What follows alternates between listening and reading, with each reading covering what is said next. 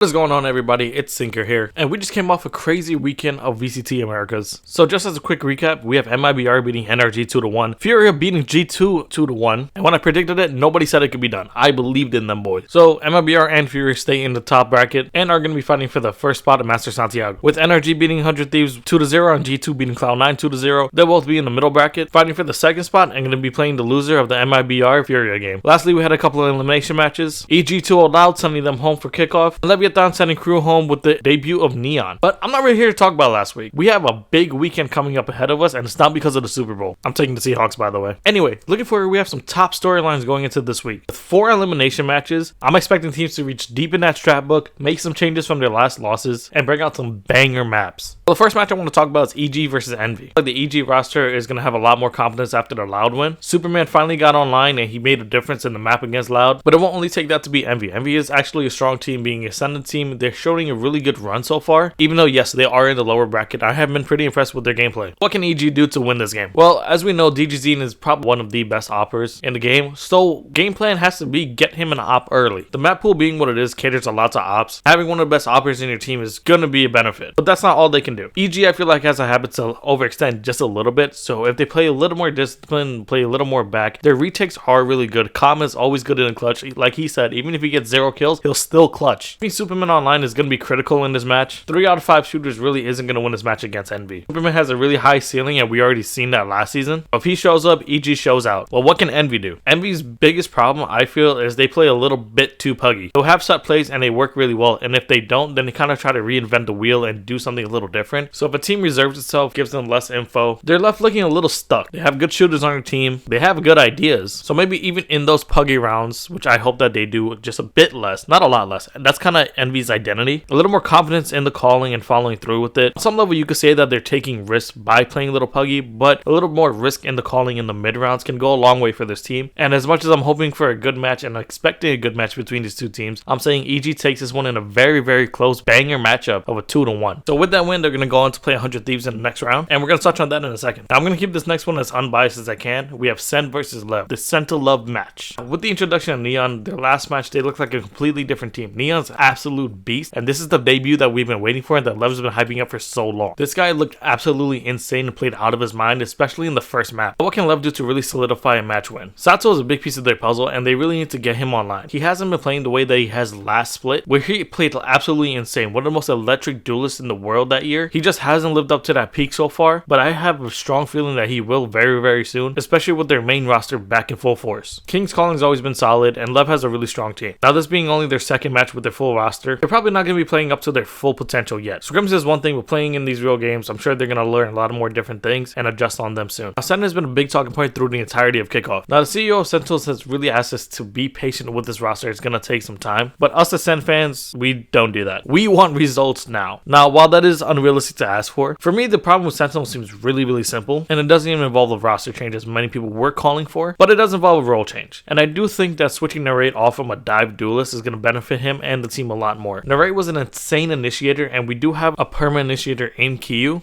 And while Narrate is an aggressive player, him in a more supportive and passive role, he really thrives in. Now, he can be a second initiator the way that they do play it sometimes, with John being in that initiator role. Then he could flex as to Yoru as a second duelist, the way that Redux has been for him, and the way that he was doing on KC. Narrate's a really strong player. I have a lot of faith in him, but it doesn't seem like being a dive duelist really works for him. Now, it's not entirely on Narrate. Cortezia hasn't been playing to his peak potential, but I see him getting back online throughout these matches. They just need to get him up there sooner. And has some shooters, and Kyo's a really solid IGL. Some of his calls have been questionable, but it's a learning experience for him as it is his first year in VCT. But he also has John, which is a good veteran voice for him, to help him out in the mid rounds or call a few rounds for them. And as solid as I feel that they are, I feel like they can only go up from here. Getting Narrate in a role that he's more comfortable in and he can play the way that he wants to play, and getting Cortezia online is going to be crucial for this team. Cortezia played out of his mind last year, and he has that potential. Once he unlocks this, trust me, this Sen roster is going to be a force to be reckoned with. Redux on a duelist, and every time he has been on duelist aside from that first match, match, he has put up numbers. He has that aggressive playstyle that they're looking for, so they can make this work, which is why I feel like they're going to take this in a 2-1 win over Lev to then face C9. Now, with my predictions being what they are, I'm just going to assume that I'm right. And due to the games both being this weekend, I'm going to make my predictions for the second set of elimination games, which is going to be 100 Thieves versus EG and Sen versus C9. So firstly, I'm going to talk about 100 Thieves versus EG. In my opinion, there isn't really much to say about this match. And as much as I love the EG roster, I feel like they're a really solid team. I don't feel like they're really there yet to take on a team like 100 Thieves. 100 Thieves has been really strong, has been bringing it to top teams in the region, NRG and G2. While they did get 2-0 versus NRG, if you look at the match, there were a lot of close moments, a lot of clutches, and it was a really banger series. NRG being former world champs and the addition of Kiko, it's going to be a hard match to win for anybody. I guess unless you're MIBR, which they took map 3 pretty solidly. Cryo and Asuna have been in form, and this week 100 Thieves is going to play with a chip on their shoulder. Losing out to NRG in the way that they did, they're going to want to win, especially for a rematch against them. I'm sure they know that they can beat these top teams, and they're going to prove it soon. So Timotino is going to play out of his mind, and he's going to be the real X factor for this game. Asuna and Cryo have been really solid. They've been almost in form pretty much, which their full role changes is really supporting them. And Vora has been solid and getting better each week. Personally, just think that 100 Thieves is just a little too strong to lose against EG. And even if I'm wrong about the first match prediction, I feel the same way if they were to be playing Envy. Next, we have an interesting matchup. Zelsis versus the old team, C9 versus Sen. Now, C9 to me is a very scary team. They're a team that can really upset a lot of top teams if each player is playing at their peak at the same time. It seems like a lot of their matches, it's Vic and Penny, Vic and Zeppa. In reality, this roster is stacked. We have Penny, Zeppa, Vic, Oxy. These are all like lethal players. Zelsis is getting better as an IGL, and he's really good at taking control of the game, especially in chaotic moments, and being that calm voice, which is funny enough to say about Zelsis because he is the hype man. And with a little better mid-rounding, he can be a top tier IGL, just not a top tier fragging IGL. Now, while I do think C9 is a very, very, very strong team, I have faith in Sen. If the rumors are true, if the role change is true, if it's a slight comp change, Sen wants to run a Yoru chamber. Cortesia gets online. Like I said, there's no stopping this Sen roster. John is playing out of his mind. Redux is playing really, really well, and he can only get better from here. I feel like with this week off, Sentinels will reinvent themselves just a little bit more and put more hours in, because realistically, they're not major changes. We're talking about a role change from the raid. He's going back into a role that he's been in already. So getting everybody online in a solid way, don't even have to play at their top form with the way that Redux and John have been playing, and have that synergy that they had for that EG game. That was a thing of beauty. I also have Sen taking this match, which means that we will once again have a Sen versus 100 Thieves matchup, which is a discussion for a later video. And I want you guys to let me know, am I out of my mind? Am I making a lot of sense? Do you guys agree with me? Either way, let me know in the comments, and I hope you guys enjoyed the video. If you did, please like and subscribe, and I'll see you in the next one.